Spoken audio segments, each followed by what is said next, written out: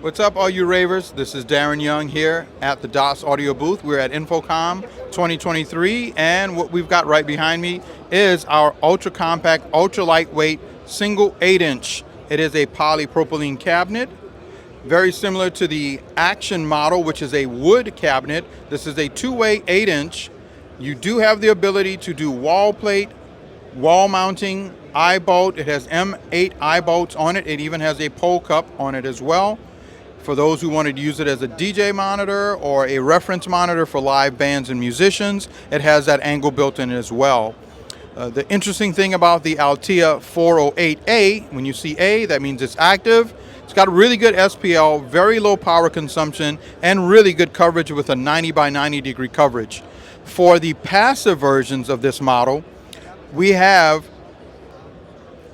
both low voltage transformer, so 70 volt or 100 volt transformer capable. We also have an IP version of the cabinet, which makes it weather rated. So it is an IP version as well as a low voltage model available in the Altea 408.